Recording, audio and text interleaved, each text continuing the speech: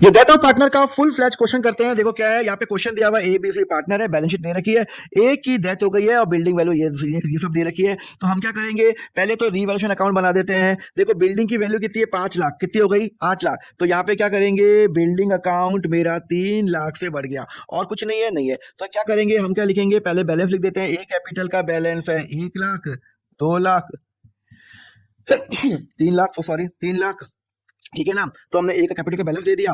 Revaluation और भी कुछ नहीं हो रहा, रीवैल्यूएशन तो जो भी हमारा रीवैल्यूएशन है वो हम किसको बांट देंगे, A capital B capital C capital equally बांटेंगे। 1 लाख 1 लाख एंड 1 लाख। तो यहाँ पे 1 लाख इसको, 1 लाख इसको और 1 लाख इसको। ये है मेरा रीवैल्यूएशन अकाउंट, बिकॉज सी की डेथ हो रही है ना।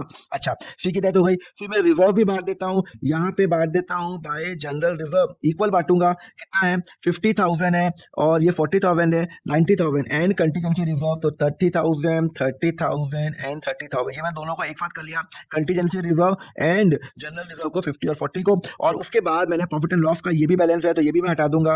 To deferred and profit and loss account 30,000 है तो 10,000, 10,000 एंड 10,000। आपको समझ में आ रहा है, इक्वली प्रॉफिट शेयरिंग रेशियो है ना। तो जो भी है, मैं रिजर्व मैंने हटा दिया, मैंने प्रॉफिट मैंने उन दोनों में बांट दिया, मैंने रीवैल्यूएशन भी बांट दिया। उसके बाद क्या करूंगा, मैं गुडविल की एंट्री करूंगा। गुडविल कितनी है, 60,000। एक बात बताओ, गेन रेशियो कितना होगा, आप गेन रेशियो निकालो। ए बी सी का जो ओल्ड रेशियो है वो हमारा, वो ए की डेथ हो गई ना तो 1:1 था ना, ओल्ड रेशियो 1:1 था, तो गेन रेशियो भी 1:1 होगा। तो जो भी हमारी गुडविल आएगी, जो भी मेरे को सी को गुडविल देनी है by A capital by B capital, जो भी हम वो गुडविल देंगे, कितनी गुडविल है 60,000। तो 60,000 उसमें से सी का शेयर कितना है, फॉर 1/3 इक्वल टू 20,000। तो 10,000 ये बियर करेगा, 10,000 ये बियर करेगा, 10,000 ये बियर करेगा एंड 10,000 ये बियर करेगा। तो to C capital, basically A capital account debit, B capital account debit, to C capital करेंगे और अल्टीमेटली हमने वो गुडविल दे दी। तो अब हमें क्या रह गया, सिर्फ प्रॉफिट का शेयर रह गया। तो प्रॉफिट का शेयर हम कैसे निकालेंगे, देखो प्रॉफिट का शेयर बड़ा सिंपल है कि यहाँ पे लास्ट ईयर